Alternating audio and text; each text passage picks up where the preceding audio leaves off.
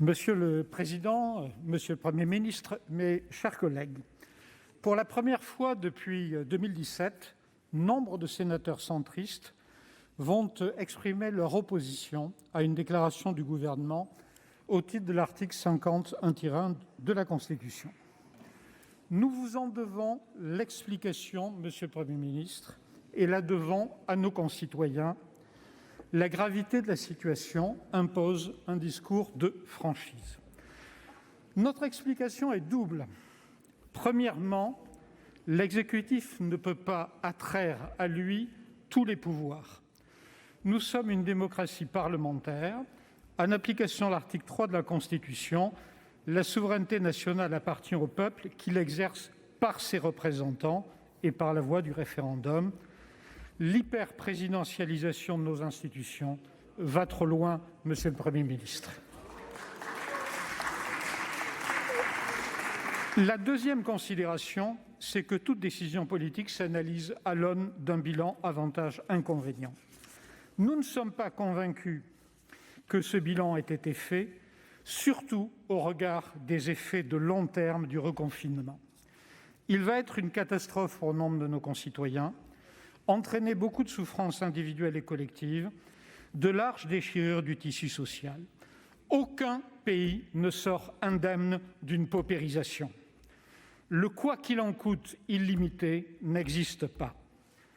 Avant de vous développer ces deux idées, les sénateurs centristes voudraient vous exprimer leur compréhension de la difficulté de la tâche des gouvernants. Nulle leçon de notre part, aucune recherche de responsabilité. Nous partageons une humilité de bon aloi. Nous exprimons notre gratitude pour le corps médical, à nouveau soumis à une terrible épreuve qui va durer. Nous savons que la situation est préoccupante, mais nous savons aussi que le monde a déjà affronté des pandémies, que paradoxalement le taux de mortalité reste stable, que la maladie est peut-être parmi nous pour longtemps et qu'il faut en toute chose raison garder. Et que nous dit la raison ? La raison, pas simplement l'émotion. Et je reviens à nos deux sujets. Premièrement, tout d'abord, l'ordre normal des choses voudrait que l'exécutif propose et que le Parlement débatte puis légifère. Nous entendons l'argument de l'urgence, mais faisons observer que des mesures antiterroristes à la sortie de la crise des Gilets jaunes, de l'état d'urgence de ce printemps en passant par les lois de finances rectificatives, le Parlement n'a jamais manqué à son devoir dans les délais les plus brefs et sait prendre ses responsabilités. Or, que voyons-nous ? Les décisions ont été annoncées par le Président de la République hier. Nous sommes réunis a posteriori pour voter alors que les décisions sont déjà prises et en nous disant que, bien entendu, notre vote n'aura aucune incidence. Cet abaissement du Parlement est une mauvaise manière. Peut-être à nous-mêmes, mais c'est secondaire, Monsieur le Premier ministre. Mais c'est surtout une mauvaise manière à la démocratie. L'exécutif, vous-même, en êtes la deuxième victime, en s'exposant seul à la défiance, et nos concitoyens sont privés de tout dialogue et de toute appréciation des mesures à prendre. Ils sont des sujets, ils ne sont plus des acteurs dans cette crise. Plus les restrictions sont majeures, et le reconfinement est une disposition majeure, plus le contrôle du Parlement devrait être strict. Vous faites l'inverse. Plus la décision à prendre est lourde, plus elle doit être partagée. Vous faites toujours l'inverse. Nous en arrivons même à ce que les conseils de défense remplacent les conseils des ministres. Comment exprimer plus nettement la concentration des pouvoirs ? Notre Constitution est certes présidentielle, mais elle repose sur un équilibre des pouvoirs et derrière se profile toute la question des libertés publiques. Pour le groupe centriste, cet équilibre des pouvoirs est essentiel. L'exécutif, au mieux, l'oublie. Nous ne nous y résignons pas. Deuxièmement, au-delà des considérations institutionnelles, le reconfinement est une mesure très brutale. La question essentielle est de savoir si la résilience de notre pays est suffisante pour y résister. Ne nous y trompons pas, elle a diminué depuis le mois de mars. Nos concitoyens sont psychologiquement usés, les entrepreneurs dans la détresse, la précarité se diffuse, le terrorisme, j'y reviendrai tout à l'heure, a frappé très durement encore ce matin. Les bruits de bottes sont multiples à travers le monde, parfois dès la Méditerranée orientale. Notre pays a déjà perdu 7 à 8 % de son PIB. Nos déficits et notre endettement ont filé à des vitesses sidérantes. Notre nation, Monsieur le Premier ministre, a besoin de toutes ses forces. À notre sens, vous surestimez la résistance de notre pays, tandis que vous sous-estimez les multiples défis de l'instant présent. Nous préférons un appel à se retrousser les manches ou à faire bloc collectivement en tant que nation, plus qu'à un appel à en rester au maximum chez soi.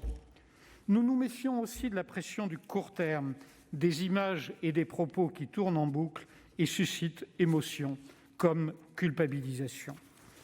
Où sont les études d'impact du reconfinement ? Certainement pas dans le projet de loi prorogeant l'état d'urgence sanitaire qui n'en dit pas un mot. Quel est le bilan coût-avantage des différents scénarios que vous devriez nous présenter, mettre en perspective ? Êtes-vous certain que nous n'aurions pas réussi à freiner suffisamment l'épidémie autrement ?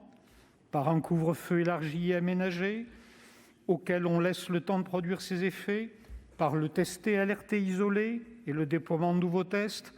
Avons tout fait sur le geste barrière, qui normalement sont de nature à nous protéger mutuellement. Sommes-nous allés, chers collègues, au bout de toutes les mesures ciblées, comme le décide au même moment l'Allemagne ? Le président de la République répond par la négative, mais il ne nous en est pas apporté de démonstration. C'est une grande responsabilité, Monsieur le Premier ministre, Messieurs les ministres, Madame la ministre, pardon. C'est une grande responsabilité de savoir si l'on a tout fait pour protéger. C'est aussi une responsabilité de déterminer si l'on a ou non imposé une charge trop lourde à un pays qui l'affaiblira dans la durée. Regardons les choses avec les yeux de nos concitoyens. Sur le plan sanitaire, quel sera l'impact sur notre système de soins d'un pays durablement appauvri ? Quel sera l'impact sur l'espérance de vie dans 5 ans, dans 10 ans ? Où trouverons-nous les moyens pour financer la recherche, les politiques de prévention, les achats de matériel, de molécules dans les années à venir ? Quel sera l'impact, dès demain, des opérations à nouveau déprogrammées, des examens de dépistage non réalisés ? Nous n'entendons que les urgentistes, les réanimateurs, les épidémiologistes. Où sont les cancérologues, les cardiologues, les psychiatres ? Que pensent-ils des mois et années qui viennent ? Sur le plan social et psychologique, comment quantifiez-vous le chômage issu de la mise à l'arrêt de pans entiers de l'économie ? Comment mesurez-vous l'angoisse qui va étreindre des millions de personnes précarisées ou isolées ? Combien de commerçants ou d'entrepreneurs vont perdre le fruit de leur travail ? Sur le plan éducatif, comment estimez-vous les dommages pour nos enfants et nos étudiants ? Sur le plan économique, combien d'entreprises ne se relèveront pas ou seront durablement fragilisées ? Combien seront dépassées par leurs concurrentes asiatiques ? Le président nous dit que les entreprises vont pouvoir continuer à travailler. Mais pour cela, elles ont besoin de clients, de marché. Tout est interdépendant. Sans clients, il n'y a plus d'activité. Sur le plan budgétaire, comment financerons-nous le « quoi qu'il en coûte » ? L'argent magique, y compris européen, n'existe pas. Monsieur le Premier ministre, nous avons ainsi le sentiment que les décisions sont prises sans tenir suffisamment compte de la globalité de leur impact à l'instant T et leurs effets à long terme. Le sentiment curieux d'une société qui aurait perdu le sens du long terme. Vous avez entendu, Monsieur le Premier ministre, nos réserves. Nous voulons tout autant l'unité nationale. Nous n'oublions jamais son exigence dans la difficulté. Les difficultés sont là. Notre pays est assailli par le terrorisme, attaqué à l'extérieur pour ses valeurs. Le président de la République est vilipendé et menacé. Cette unité est cruciale pour lutter contre la maladie, pour lutter contre le terrorisme et pour sauver notre économie. Elle existe très clairement, cette unité face au terrorisme. Le président a dit hier soir qu'il ne fallait pas opposer santé et économie. Nous avons cependant la conviction que vos options y conduisent. Nous vous demandons de faire évoluer les mesures contre la maladie pour sauvegarder notre économie qui, je le souligne à nouveau, est également le pilier de notre santé future. Laissez leur chance à nos entreprises, laissez leur chance à nos commerces. N'attendez pas 15 jours ou encore moins un mois. Ainsi, pour certains d'entre nous, le vote favorable traduira la volonté de partager les responsabilités. Pour ceux qui vont voter contre, entendez, monsieur le Premier ministre, qu'il s'agit d'une alerte solennelle pour revenir, 1, à un fonctionnement équilibré de nos institutions et 2, de donner toute sa réalité à l'unité nationale. Merci de votre attention. Merci, mon cher collègue.